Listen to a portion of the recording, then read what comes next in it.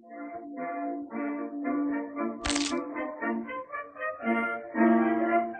Incubate Pictures apresenta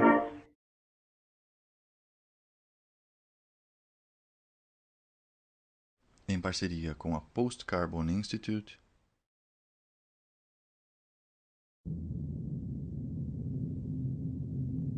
Não há amanhã.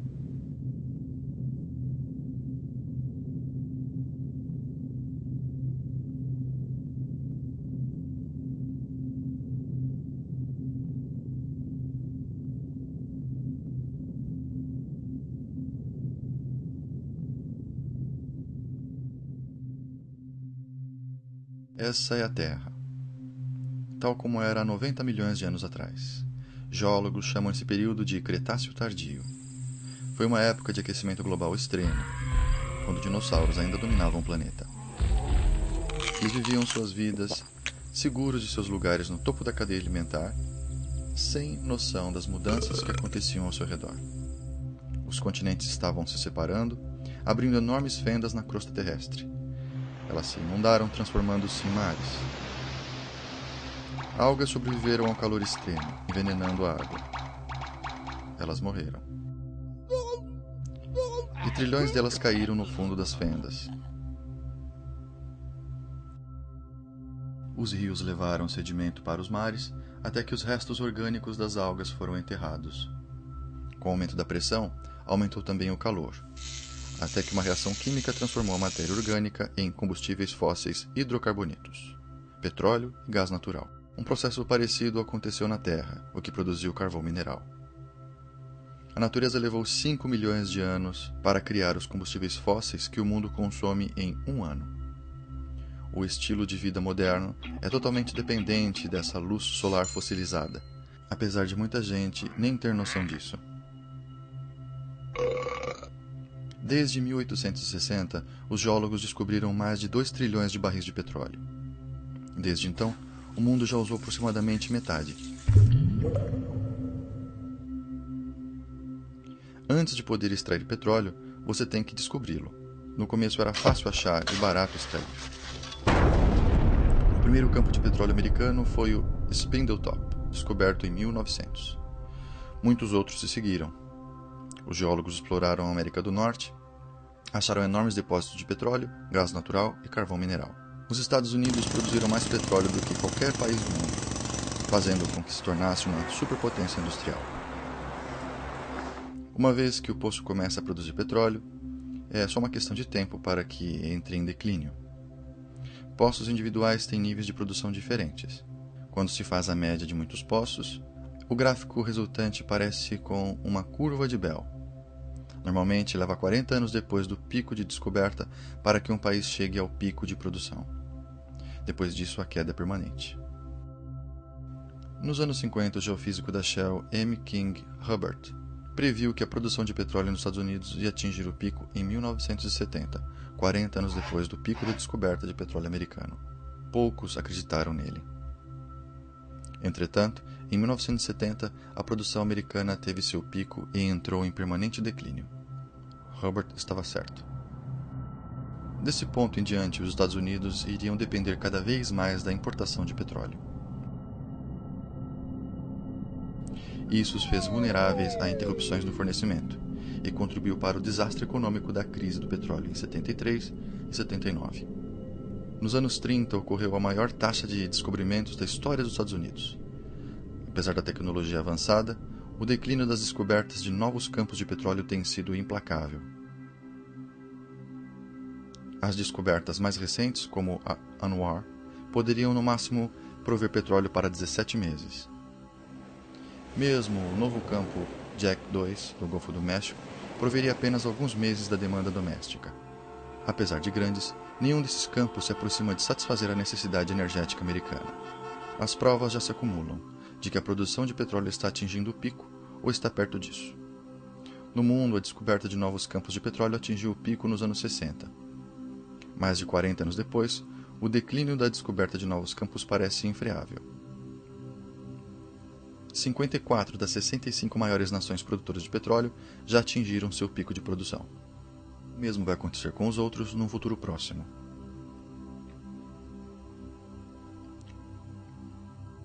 O mundo precisará do equivalente a uma nova Arábia Saudita a cada 3 anos para compensar a queda da extração dos campos existentes hoje. Nos anos 60, 6 barris de petróleo eram descobertos para cada barril usado. 4 décadas depois, o mundo consome entre 3 e 6 barris para cada barril descoberto. Uma vez que se atinge o pico de produção, a demanda vai superar a oferta, e o preço da gasolina vai flutuar sem controle, afetando bem mais do que o custo de encher o tanque do carro. As cidades modernas são dependentes de combustíveis fósseis. Até as estradas são feitas de asfalto, um produto do petróleo, assim como os telhados de muitas casas. Grandes áreas seriam inabitáveis, sem sistemas de calefação no inverno e ar-condicionado no verão. A expansão dos subúrbios incentiva as pessoas a dirigir muitos quilômetros para trabalhar, estudar ou comprar. As grandes cidades foram zoneadas com as partes residencial e a comercial distantes, forçando as pessoas a dirigir. Os subúrbios e muitas comunidades foram desenhadas sob o pressuposto de muito petróleo e energia. Os químicos derivados de combustíveis fósseis ou petroquímicos são essenciais na produção de incontáveis produtos. O sistema moderno de agricultura é fortemente dependente de combustíveis fósseis, como nossos hospitais, aviação, sistemas de distribuição de água e as forças armadas americanas, que sozinhas consomem 140 milhões de barris de petróleo por ano. Combustíveis fósseis também são essenciais para a criação de plásticos e polímeros, ingredientes chaves em computadores, equipamentos de entretenimento e vestimenta. A economia global atualmente depende do crescimento infinito, o que demanda suprimento crescente de energia barata. Somos tão dependentes de petróleo e outros combustíveis fósseis que mesmo uma pequena interrupção no suprimento pode ter efeitos maciços em cada aspecto de nossas vidas.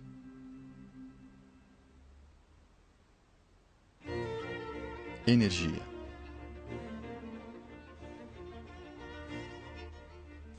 Energia é a habilidade de realizar trabalho. O americano médio hoje tem disponível a energia equivalente a 150 escravos trabalhando 24 horas por dia. Os materiais que estocam essa energia para o trabalho são chamados de combustíveis. Alguns combustíveis têm mais energia do que outros. Isso é chamado de densidade de energia. Desses combustíveis, o petróleo é o mais crítico. O mundo consome 30 bilhões de barris por ano, igual a 1,6 km³ de petróleo, que contém a mesma energia gerada por 52 usinas nucleares trabalhando nos próximos 50 anos. Apesar do petróleo gerar apenas 1,6% da eletricidade nos Estados Unidos, ele movimenta 96% de todo o transporte. Em 2008, 2/3 do petróleo americano foi importado, a maior parte do Canadá, México, Arábia Saudita, Venezuela, Nigéria, Iraque e Angola. Vários fatores fazem o petróleo ser único. É denso em energia. Um barril de petróleo contém energia equivalente a quase 3 anos de trabalho humano. É líquido em temperatura ambiente, fácil de transportar e utilizável em pequenos motores. Para adquirir energia, você precisa usar energia. O truque é usar quantidades menores para achar e extrair quantidades maiores. Isso se chama na sigla em inglês EROEI, retorno de energia sobre energia investida. Fácil de extrair, o cru de boa qualidade era bombeado antes. Os petroleiros gastavam energia equivalente a 1 barril para extrair 100. O EROEI do petróleo era 100. Como o petróleo fácil de achar foi bombeado antes, a exploração foi para águas profundas, fazendo isso com o uso de quantidades de energia maiores.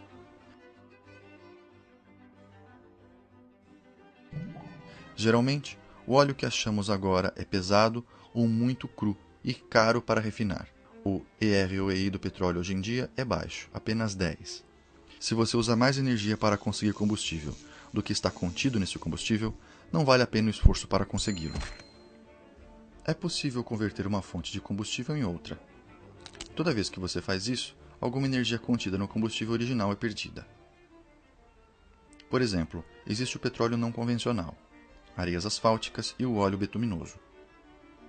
Areias asfálticas encontram-se principalmente no Canadá. 2/3 do óleo bituminoso está nos Estados Unidos. Ambos combustíveis podem ser convertidos em petróleo sintético cru. No entanto, isso requer uma grande temperatura e água limpa, reduzindo o ROI, que varia de 5 até 1,5 apenas. Óleo bituminoso é um combustível especialmente ruim. Contém mais ou menos 1/3 da energia de uma caixa de cereal matinal. Carvão mineral existe em várias quantidades e gera quase metade da eletricidade do planeta.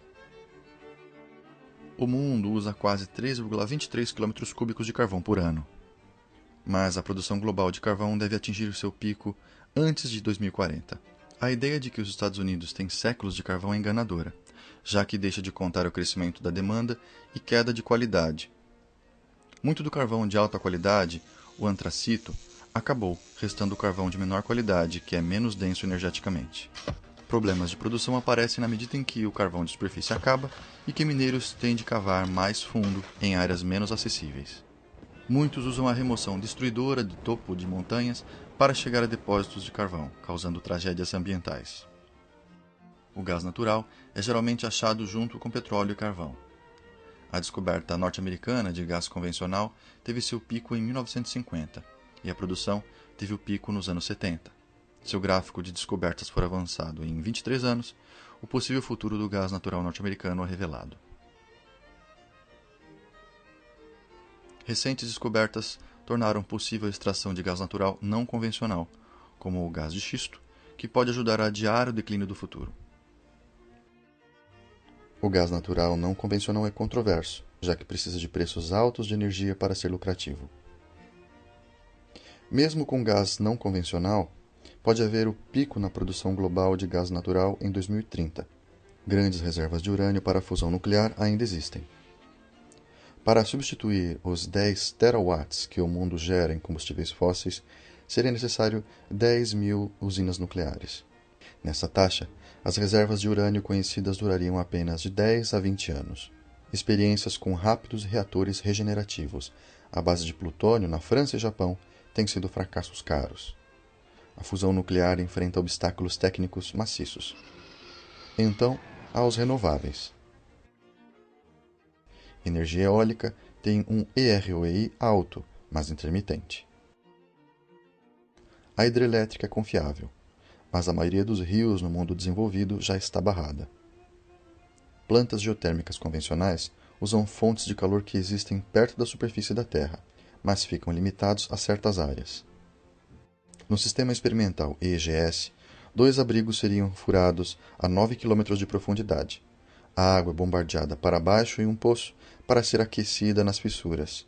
Depois sobe por outra, gerando energia. De acordo com um relatório recente do MIT, essa tecnologia pode suprir 10% da eletricidade em 2050. A energia das marés é restrita a áreas costeiras. A densidade de energia das ondas varia de região para região. Transportar energia gerada por marés para o continente seria um desafio. E ainda, o oceano salgado, corrosivo às turbinas.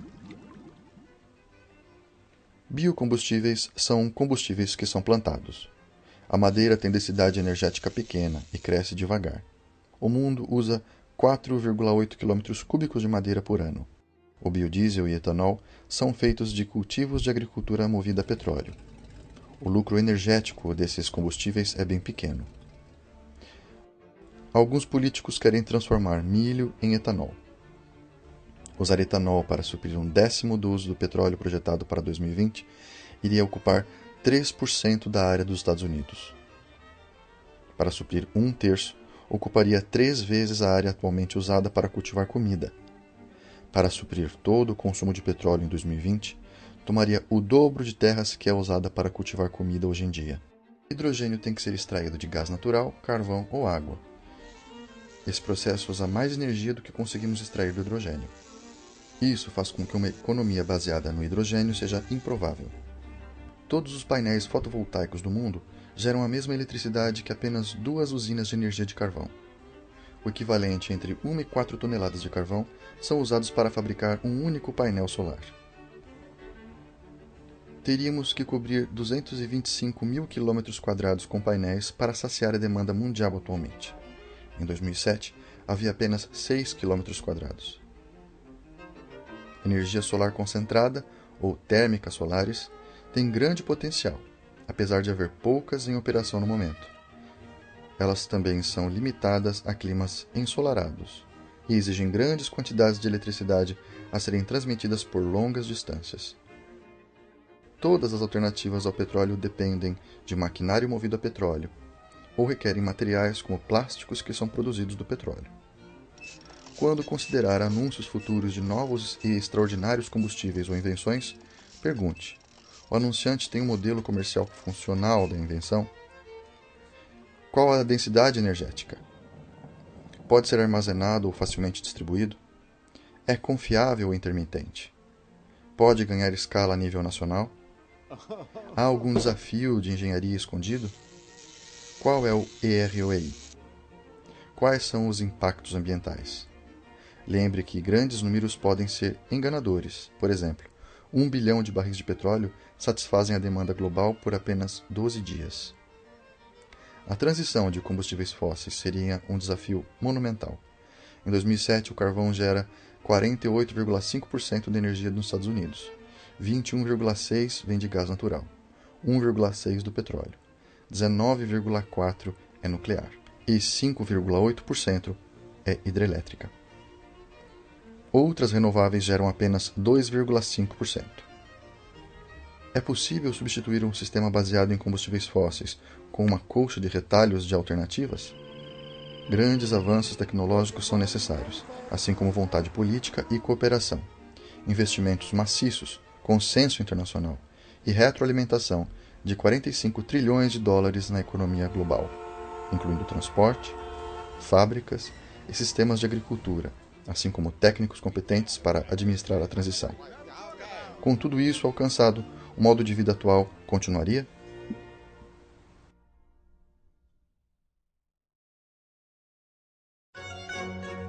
Crescimento.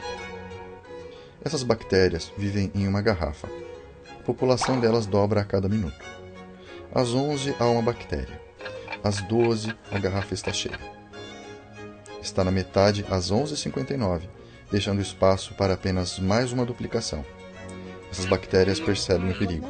Elas procuram por garrafas e acham 3. Elas acham que o problema está resolvido. Às 12 a primeira garrafa está cheia. Às 12h01, a segunda garrafa está cheia. E às 12h02, todas as garrafas estão cheias. Esse é o problema que enfrentamos devido à duplicação causada pelo crescimento exponencial. Quando a humanidade começou a usar carvão e petróleo como combustíveis, experimentou crescimento sem precedentes. Mesmo pequenas taxas de crescimento produzem grandes aumentos com o tempo. Com 1% de taxa de crescimento, uma economia vai dobrar em 70 anos. Com 2%, dobra em 35 anos. Com 10% de taxa de crescimento, uma economia dobra em apenas 7 anos. Se uma economia cresce a uma taxa média de 3%, ela dobra em 23 anos. Em cada duplicação, a demanda por energia e recursos vai exceder todas as outras duplicações prévias somadas. O sistema financeiro é construído sob o pressuposto do crescimento, que requer um crescente suprimento de energia para manter. Bancos emprestam dinheiro que eles não têm. Na verdade, criam dinheiro. Devedores usam o dinheiro que foi criado pelo empréstimo para melhorar seus negócios e pagar a dívida com juros, o que requer mais crescimento. Por essa criação do dinheiro em forma de débito, a maior parte do dinheiro no mundo representa um débito com juros a serem pagos. Sem a contínua e cada vez maior geração de devedores para produzir crescimento e, portanto, pagamento desses débitos, a economia vai colapsar. Como um esquema em pirâmide, o sistema deve se expandir ou morrer. Parte pelo sistema de débito, os efeitos do crescimento econômico têm sido espetaculares no PIB, barragens de rios, usos de água, fertilizantes, população urbana, consumo de papel, veículos a motor, comunicações e turismo. A população mundial cresceu até 7 bilhões e espera-se que passe de 9 bilhões em 2050. Numa Terra plana e infinita, isso talvez não fosse um problema. Entretanto, como a Terra é redonda e finita, nós eventualmente vamos enfrentar o limite do crescimento. A expansão econômica resultou em aumento de óxido nitroso e metano atmosférico, destruição da camada de ozônio, aumento de grandes enchentes, danos aos ecossistemas oceânicos, incluindo excesso de nitrogênio, perda de florestas tropicais e deflorestamento, aumentos em terra cultivada e extinções de espécies. Se colocarmos um único grão de arroz no primeiro quadrado de um tabuleiro de xadrez, dobrar isso e colocar 2 grãos de arroz no segundo, dobrar de novo e colocar 4 no terceiro, dobrar de novo e colocar 8 no quarto, e continuar assim colocando em cada quadrado o dobro do número de grãos no quadrado anterior, chegaremos no quadrado final precisando um número astronômico de grãos. 9 quintilhões, 223 quadrilhões, 372 trilhões, 36 bilhões, 854 milhões, 775 mil grãos. Mais grãos do que a humanidade já cultivou nos últimos 10 mil anos. As economias modernas, como os grãos no tabuleiro de xadrez, dobram a cada poucas décadas. Em qual quadrado do tabuleiro nós estamos? Além de energia, a civilização demanda numerosos recursos essenciais: água limpa, solo, comida, florestas e muitos tipos de minerais e metais. O crescimento é limitado pelo recurso essencial em suprimento escasso. Um barril é feito de tábuas, e como a água que enche o barril, o crescimento só pode ir até a menor tábua, ou recurso essencial mais limitado. Humanos atualmente utilizam 40% de toda a atividade de fotossíntese na Terra. Apesar de poder ser possível usar 80%, é improvável chegar a usar 160%.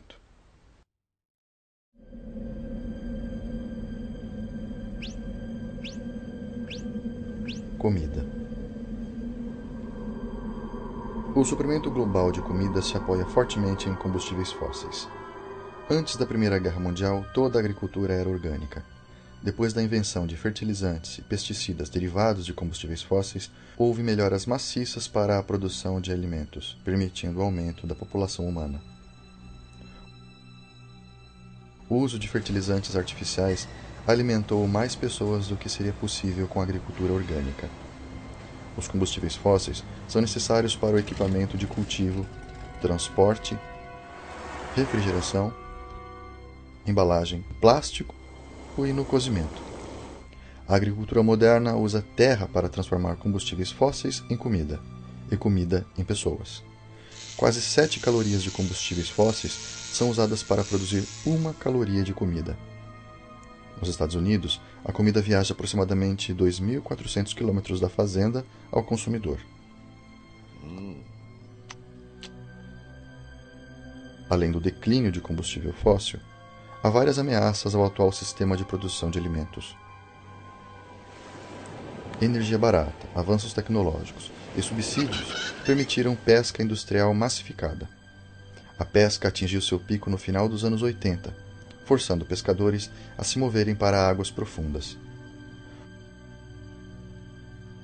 O despejo de nitrogênio por fertilizantes baseados em combustível fóssil envenena rios e mares, criando enormes zonas mortas. A essa taxa, toda a população de peixes está prevista para entrar em colapso em 2048.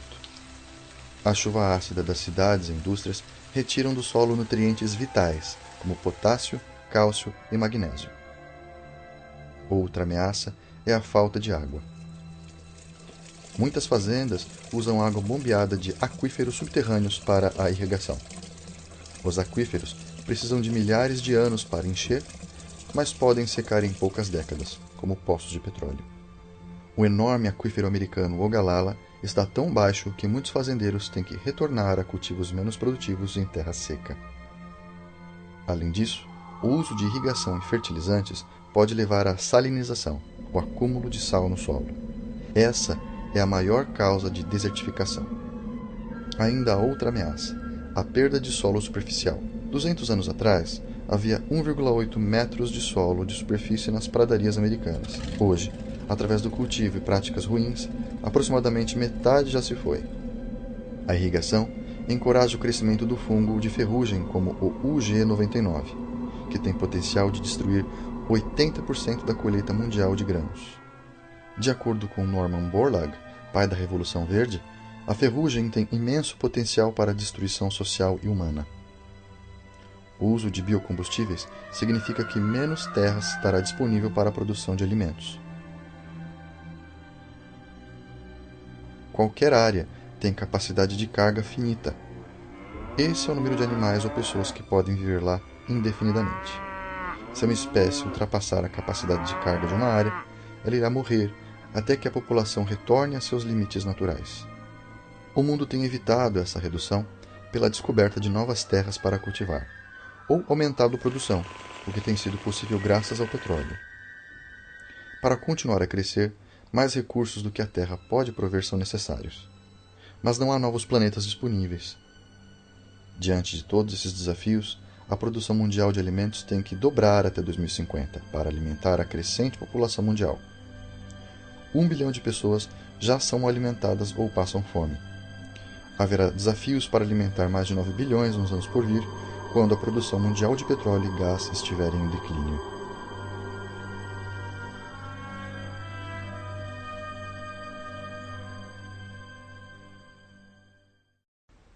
O final feliz. A economia global cresce exponencialmente a 3% ao ano.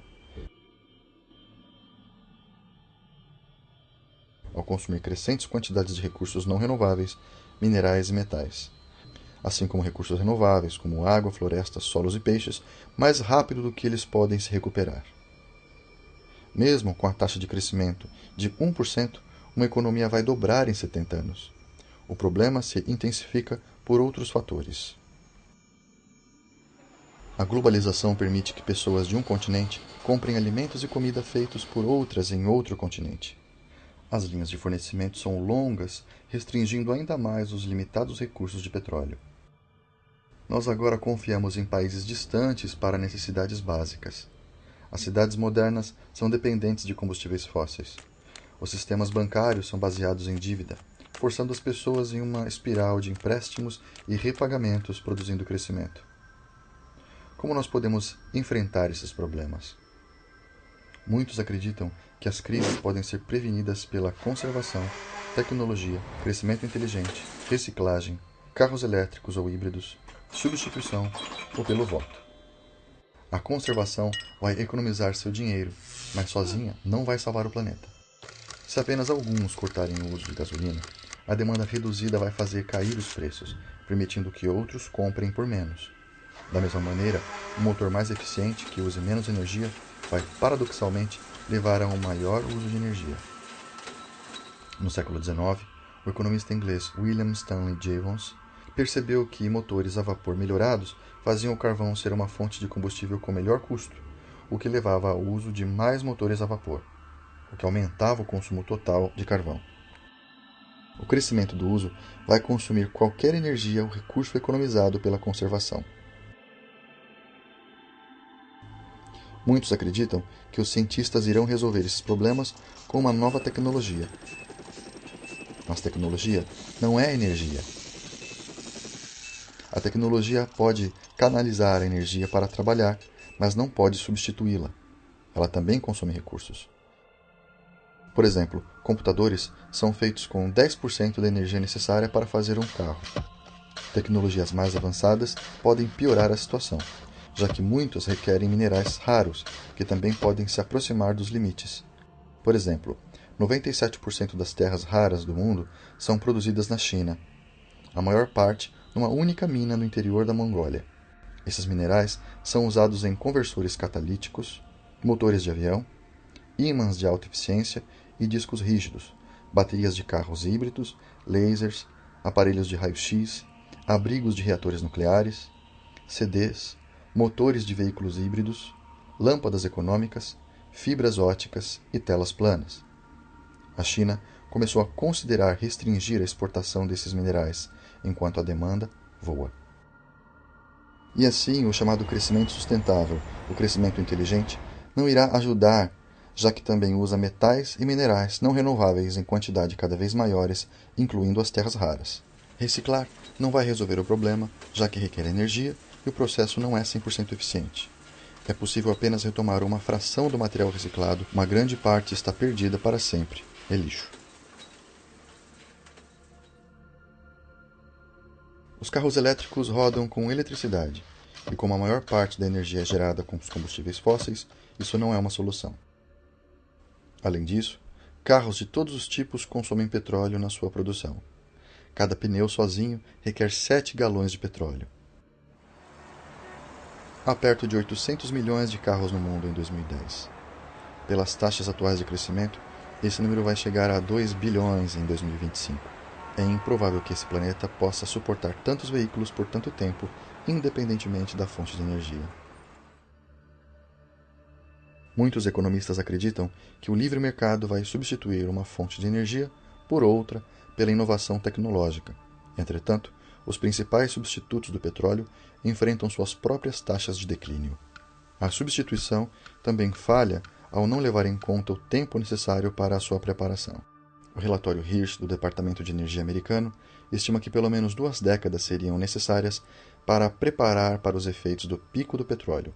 Essas questões de escassez de energia, diminuição de recursos, perda de solo superficial e poluição são todos sintomas de um problema maior: crescimento.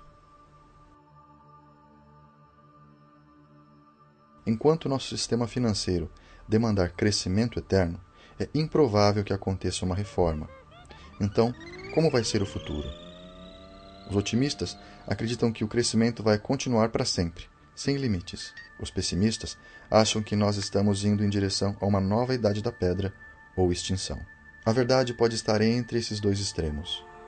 É possível que a sociedade recaia em um estado mais simples, em que o uso de energia é bem menor. Isso significaria uma vida mais difícil para a maioria. Mais trabalhos manuais, mais trabalho na terra e produção local de bens, comida e serviços. O que uma pessoa pode fazer para se preparar para um futuro desses? Espere uma diminuição no suplemento de comida e bens de locais distantes. Comece a caminhar ou andar de bicicleta. Se acostume a usar menos eletricidade. Saia das dívidas. Tente evitar bancos. Ao invés de fazer compras em grandes lojas varejistas, apoie negócios locais. Compre comida cultivada localmente em feiras de produtores. Ao invés de grama, considere uma horta para cultivar a sua própria comida. Aprenda a conservá-la. Considere o uso de moedas locais se a economia cessar de funcionar em grande escala. E desenvolva maior autossuficiência. Nenhum desses passos vai impedir o colapso, mas eles podem melhorar suas chances num futuro de pouca energia, em que nós teremos que ser mais independentes, como os nossos ancestrais foram um dia.